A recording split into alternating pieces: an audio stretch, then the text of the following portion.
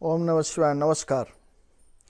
मैं ज्योतिष वास्तु एक्सपर्ट आनंद झा आपके वेद से विज्ञान चैनल पर स्वागत करता हूं। पिछले वीडियो में हमने विद्या और विद्यार्थी पर चर्चा किए थे। वीडियो लंबा होने की वजह से कुछ बात जो शेष रह गया, आज उसी बात पर फिर हम चर्चा करेंगे।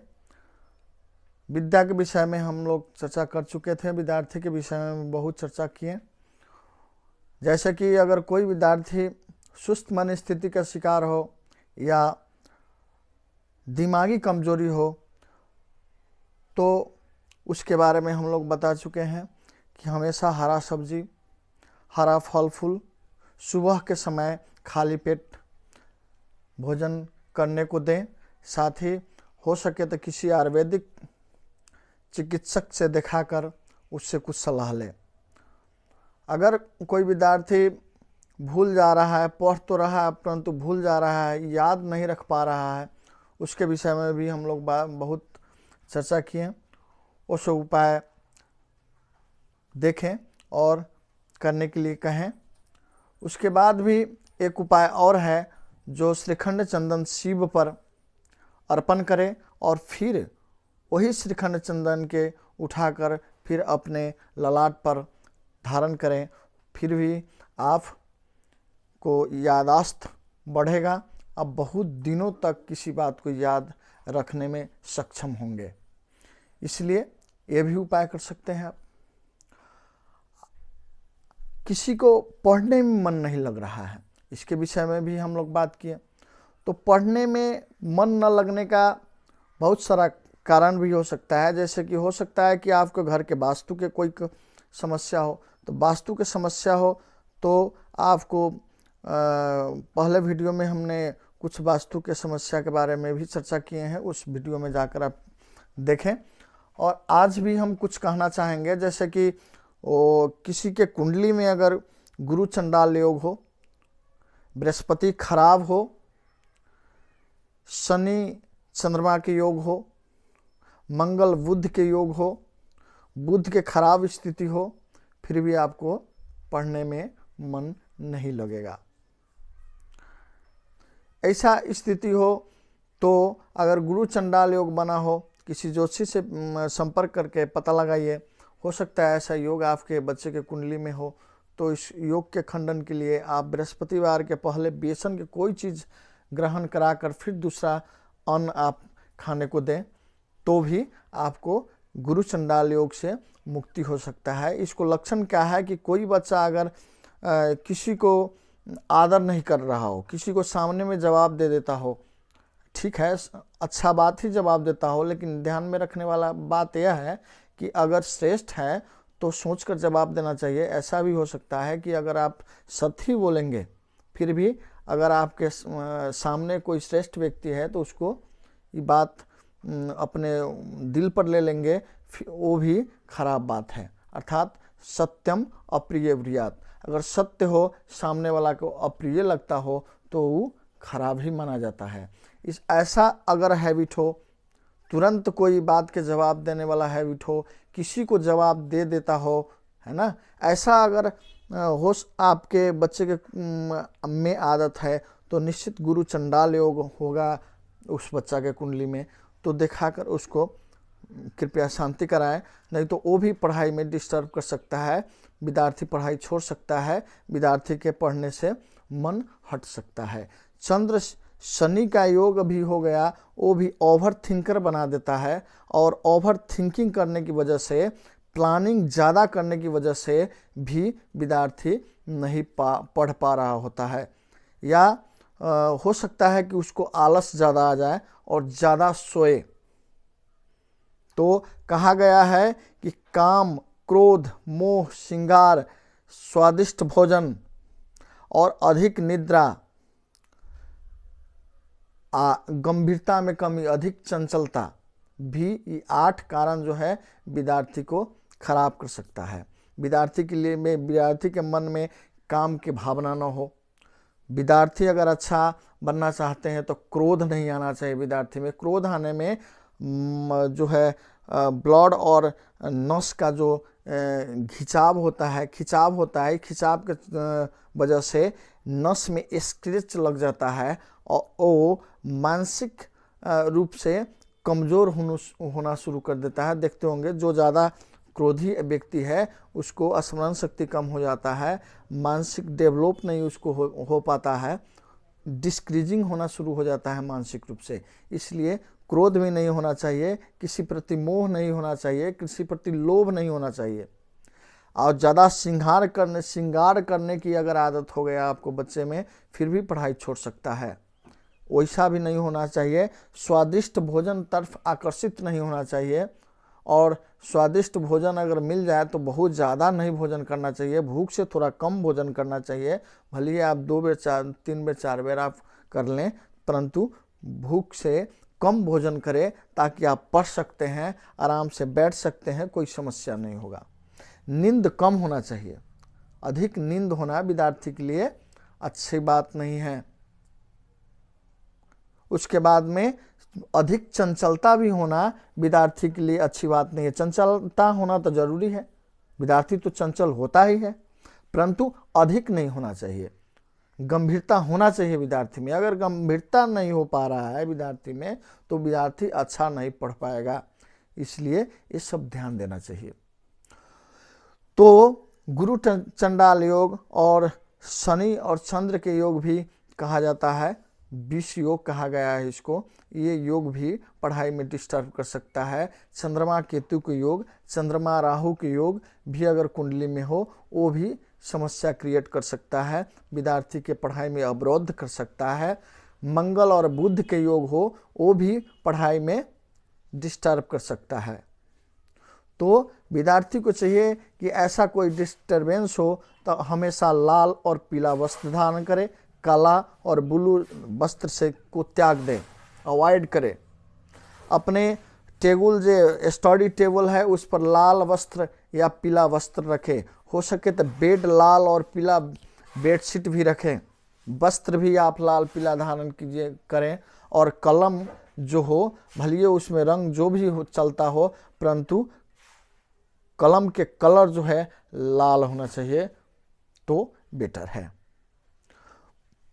अगर कोई आपको बच्चा में चिड़चिड़ापन आ गया है, ज़्यादा चिड़चिड़ापन आ गया है, इसका मतलब शनि चंद्र के योग है। शनि चंद्र के योग वाला जो विद्यार्थी है उसको सबसे पहले चश्मा बहुत जल्दी लग जाता है, चिड़चिड़ापन बढ़ जाता है, बार बार सर्दी होता है। तो ऐसा है तो पंजीरी अर्थात हम लोग को देहात में जो छठ पूजा होता है उसमें कसार यानी चावल के भूज कर पीस कर और चीनी घी मिलाकर जो है कसार बनाया जाता है, वो कसार जो है उसको खिलाइए। मंगल के दिन सूजी के हलवा दूध में बना करके हनुमान जी के अर्पण करके अपने भी खाइए और बच्चा सबके खिलाइए। इससे भी आपको चिड़चिड़ापन बच्चा में कम होगा। शनि चंद्र के योग हो वो भी समाप्त होगा, मंगल बुध का योग हो वो भी समाप्त होगा। बच्चा के क्रोध में कमी आएगा, पढ़ने में मन लगेगा। शिव की आराधना करने के लिए कहिए, शिव की आराधना करने के लिए कहिए। शिव की आराधना से भी शनि चंद्र और राहु के योग समाप्त होता है। और बहुत सा कारण है। तो ये सब जो है, अगर आपको विद्यार्थी की याददाश्त में कमजोरी हो, नहीं होता हो, भूल जाता हो या पढ़ने में मन नहीं लगता हो, तो ये सब उपाय है। और भी उपाय है, जैसे कि आपके बच्चा के पढ़ने के मन तो कर रहा है, परंतु वो बच्चा हो तो पढ़ने का मन कर रहा है, पढ़ने में मन भी लग रहा है, दिमाग भी शार्प है, समझ में भी आ रहा है, याद भी हो रहा है, परंतु मोबाइल बहुत ज़्यादा देख रहे हैं। मोबाइल देखते समय थोड़ा ई देख लेते उसके बाद पढ़ते, थोड़ा ई देख लेते उसके बाद पढ़ते, ऐसा करते करते टाइम वेस्ट हो जाता हो, टाइम किल हो जाता हो। ऐसा अगर आपको समस्या अगर लगता हो तो आप किस दिशा में मोबाइल रखते हैं? सपोज कीजिए कि आप अगर सोते समय या हमेशा पूर्व दिशा में रखते हैं तो ग्रीन रंग के मोबाइल में कवर लगा लीजिए या ग्रीन रंग के कपड़ा में मोबाइल रख करके सोइए, तो आपको मोबाइल जो है कम हो जाएगा। या आप यदि पूर्व और दक्षिण के दिशा में मोबाइल रखते हैं तो लाल कपड़ा में, या लाल कवर रखिए। पश्चिम और दक्षिण दिशा में अगर मोबाइल रखते हैं तो येलो कलर का कवर रखिए या येलो कपड़ा में मोबाइल को रखिए। पश्चिम दिशा में रखते हैं तो व्हाइट कपड़ा में रखिए, और पश्चिम उत्तर दिशा में रखते हैं तो ब्लू कपड़ा में रखिए या ब्लू कवर लगाइए। तो फिर आपको मोबाइल से ध्यान कम हो जाएगा, पुनः आप पढ़ाई में लौट सकते हैं। दूसरी बात, एक और बात है, जैसे कि सपोज करने का मतलब है ये भी है कि विद्यार्थी जो बहुत ज़्यादा सो रहा है, आवश्यकता से अधिक सो रहा है, इसका मतलब है कि शनि का प्रभाव उस पर पड़ गया है। शनि सुस्ती के कारक है, धीरे के कारक है, यानी उसको समझ धीरा सा हो गया है, स्लो हो गया है, उसको स्लो मोशन में हो गया है। अर्थात उस समय में उसको जो है फुलहा बाटी में सरसों के तेल रख के अपने मुंह देख करके दान कर देना चाहिए। छाया दान कहा जाता है। ये दान करने से भी वो आलसीपना हट जाएगा उस बच्चा से। या शनिवार के उरीद में सरसों के तेल लगा करके मठ में दान कर दीजिए, फिर भी आलसपना उस पर से चला जाएगा और पढ़ने में मन लग जाएगा उसको। और भी बात है, जैसे हो सकता है कि आपको मतलब ये विषय नहीं पढ़ने का, कोई विषय है या कोई पढ़ाई में आप एडमिशन ले चुके हैं, उसमें पढ़ने का इच्छा नहीं है या मन नहीं कर रहा है, या हो सकता है कि मन नहीं लग रहा है। तो दो कारण हो सकता है। एक कि वो विषय आपका बहुत कमज़ोर है, वो विषय पर थोड़ा ध्यान दे दीजिए, वो विषय पर ध्यान दे दीजिए, या वो विषय हमेशा अपने करीब करीब रखे रहिए, ऑटोमेटिक आपको ध्यान उसी पर जाएगा। और ध्यान जाते जाते सबकॉन्शियस माइंड उसको रजिस्टर्ड कर लेगा, पुनः आपको उस विषय पर मन जाना शुरू कर देगा। और उस विषय को आप ठीक से पढ़ लीजिएगा, समझ जाइएगा, तो निश्चित आपको वो विषय पढ़ने में मन लगेगा। या दूसरा कारण ये भी हो सकता है कि शायद आपको उस क्षेत्र में काम करने का नहीं है, यानी कि कोई भी दुनिया में अगर आया है तो एक काम लेकर आया है, एक जोन लेकर आया है, एक क्षेत्र लेकर आया है, उसी क्षेत्र में वो परफेक्ट होगा। इसलिए वो अगर जो क्षेत्र में आपको मन नहीं लग रहा है, काम करने में मन नहीं लग रहा है, वो काम करने की इच्छा नहीं है, इसका मतलब वो क्षेत्र आपके लिए उपयुक्त नहीं है। दूसरा क्षेत्र में जाइए, अपने मन से पूछिए कौन सा काम करने में अच्छा लगता हो, कौन सा काम करने में परफेक्शन ज़्यादा हो, उसी काम में उसी पढ़ाई में लग जाइए। अच्छी बात है, फिर आपको काम पढ़ने में मन लग जाएगा, ये निश्चित है। और गार्जियन के भी पढ़ाई प्रति हमेशा सतर्क रहना चाहिए, बच्चा के पढ़ाई प्रति सतर्क रहना चाहिए। बच्चा के चाहे जो भी काम करे, परंतु पढ़ लिख कर करे। कहा गया है, मता शत्रु पिता वैरी जेन बाल न पाठिता न शोभन्ते सभा मध्य हंस मध्य बकोय था। अर्थात मता शत्रु पिता वैरी जेन बालक पाठिता, जे बच्चा नहीं पढ़ रहा है उसके लिए वो माता पिता शत्रु और बैरी है। और बच्चा कैसा होता है, जैसे हंस की सभा हो और बकुला के कोई महत्व नहीं रहता है, इसी तरह वो बच्चा जो है संसार के जो विद्वानों के सभा में, वो एक विद्वान के सभा में बकुला के समान उसको दाजा गया है, देखा जाता है, अवहेलित होता है। इसलिए गार्जियन के भी हमेशा चाहिए कि बच्चा के पढ़ाई प्रति जागरूक रहें, क्योंकि पढ़ाई जरूरी है। काम तो सबको करना है, काम न कर कर कोई भी नहीं जी सकता है, काम तो करना ही है। परंतु अगर पढ़ लिख कर जो करता है वो काम अच्छी तरह से डीलिंग करता है, अच्छा से प्रगति कर पाता है, और जीवन में हर सुविधा और हर सुख और उस काम के चरम बिंदु तक जा सकता है, और हर सुविधा और सुख की प्राप्ति कर सकता है वो। इसलिए पढ़ाई पर ज़्यादा ध्यान देना चाहिए। एक और श्लोक, नीति श्लोक में आया है कि ऋण कर्ता पिता वैरी माता च व्यभिचारिणी भर्या रूपवती शत्रु पुत्र शत्रु अपंडिता। अर्थात और सब तो है ही, उसमें कहा गया है कि पुत्र शत्रु अपंडिता। अपंडित का मतलब होता है मूर्ख, किसी भी बाप और माँ के लिए वो पुत्र शत्रु है जो पुत्र पढ़ा लिखा नहीं है, मूर्ख है। मूर्ख है तो वो शत्रु है माता पिता के लिए। इसलिए हमेशा पढ़ाई पर जागरूक रहिए और बच्चा के भी जागरूक रखिए, तो ही पढ़ाई हो सकता है। पढ़ाई साधारण नहीं है, पढ़ाई बहुत कठिन है, परंतु दुनिया में सबसे आसान भी है तो पढ़ाई है।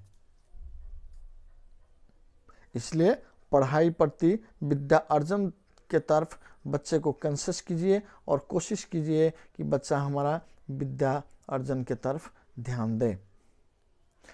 आपके छोटा छोटा गलती से भी आपके बच्चा जो है पढ़ाई छोड़ रहा है, शायद आपको मालूम नहीं। छोटा छोटा गलती हम आप कर लेते हैं जिसके वजह से हमारे और आपके बच्चा जो है पढ़ाई छोड़ करके काम में लग जाता है। अगर आपके पास जो भी परिस्थिति हो, जब तक आपके बच्चा पढ़ाई कर रहा हो तो अपने पारिवारिक समस्या को मत दर्शाइए, अपने पारिवारिक समस्या को मत दिखाइए। आप जो भी अवस्था में रहे, चाहे आप के पास पैसा हो या न हो, परंतु बच्चे को मत कहिए। नहीं तो अगर आप कहेंगे, हो सकता है कि वो बच्चा पढ़ाई छोड़ करके पैसा कमाने की तरफ झुकाव उसको हो जाए और पढ़ाई छोड़ दे। ऐसा हमने बहुत बार देखा है। तो कुंडली के हिसाब से भी पढ़ाई में अवरोध होता है और संगत भी ऐसा होना जरूरी है। जो विद्यार्थी जिसके संघर्ष में रहकर भी विद्यार्थी बन सकता है और बिगड़ सकता है। वास्तव में एक टीचर के साथ आप रहिए। अगर पूरे दिन एक टीचर के साथ आप व्यतीत कर रहे हैं तो निश्चित बात है कि टीचिंग से संबंधी बात आपको सुनने को मिलेगा।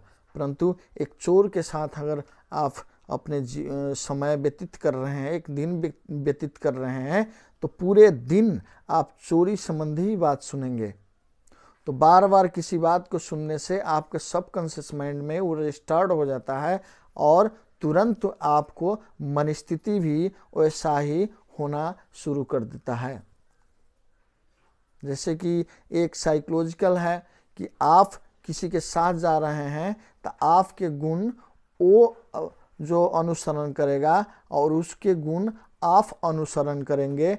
ये वास्तविकता है, ये साइकोलॉजिकल इफेक्ट है और सबको होता है। इसलिए अच्छे लोग के साथ रहिए, अच्छे विद्यार्थी के साथ अपने बच्चे को रखिए और विद्यार्थी हो तो अच्छे विद्यार्थी के साथ रहोगे तो निश्चित आप अच्छा बात सीखेंगे और अच्छे विद्या अर्जन के तरफ आपको मूवमेंट रहेगा।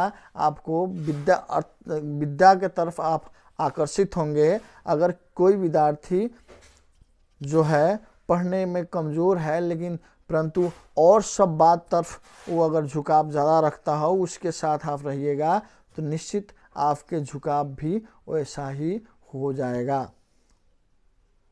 नीति श्लोक में कहा गया है, विद्यार्थी कुतो सुखम सुखार्थी कुतो विद्या। अर्थात आप विद्या को अर्जन करना चाहते हैं तो सुख को त्याग करना होगा। जब तक आप विद्या अर्जन कर रहे हैं, जब तक विद्यार्थी समय है, उतना दिन तक, उतना समय अवधि तक आपको सुख को प्रत्याग करना होगा। और सुख अगर चाहते हैं तो विद्या आपको अर्जन नहीं होगा। ध्यान देने वाली बात यह है कि 2-4 वर्ष के, 2-4 10 वर्ष के अगर सुख के तरफ आप जाएंगे तो पूरे भविष्य आपको दुख के तरफ जाने वाला है। इसलिए इस समय में आप पढ़िए। अब पढ़ाई में दुख तो है नहीं, आपको देना सिर्फ ये होता है पढ़ाई, रिजल्ट। अगर रिजल्ट आप अच्छा दे रहे हैं तो आपके गार्जियन आपसे हमेशा खुश रहता है और जो भी हो, परंतु गार्जियन आपको हमेशा खुश रखने की ही कोशिश करेगा। आप खुश ही रहेंगे तो फिर इस समय में भी आप खुश रहेंगे और पढ़ लिखने के बाद में अच्छा जॉब करने लगेंगे, अच्छा वर्क करने लगेंगे, फिर भी आपको उस समय भी पूरे ज़िंदगी आप सुख कर पाएंगे। इसलिए इस तरफ ध्यान दीजिए, देना ज़रूरी है। क्योंकि दुनिया में सबसे साधारण तरीका आगे बढ़ने का है, वो विद्या अर्जन है। तो हमने बहुत सारा ज्योतिष के कारण भी बता दिए, वास्तु के कारण भी बता दिए। इसलिए आप लोग देखिए कि आपके बच्चा में कौन कौन सा अवगुण है, कौन कौन सा समस्या है। उस समस्या के देख के उपाय कीजिए, अपने बच्चा के भविष्य अच्छा कीजिए। अंतिम में एक और बात कहेंगे कि अगर आपको बच्चा बहुत चिड़चिड़ा हो गया हो, बहुत चिड़चिड़ा हो गया, बहुत क्रोधी हो गया हो, और वो जब भी परीक्षा आता हो कोई ना कोई समस्या उसको आ जाता हो, और परीक्षा के समय में उस समस्या के कारण वो डिस्टर्ब हो जाता हो, तो आप शिव के मंदिर में जल अर्पण करवाइए और तेल में मुंह देख करके और छायादान कीजिए, फिर आपके सारा समस्या से दूर हो जाएगा। या नारियल में सरसों के तेल लगा करके जल प्रवाह कीजिए प्रत्येक शनिवार के, तो इस समस्या से आपको मुक्ति मिल जाएगा। फिर हम अगले विषय पर, बहुत सारे विषय पर, टॉपिक पर वीडियो हम लेकर आएंगे। तब तक के लिए नमस्कार।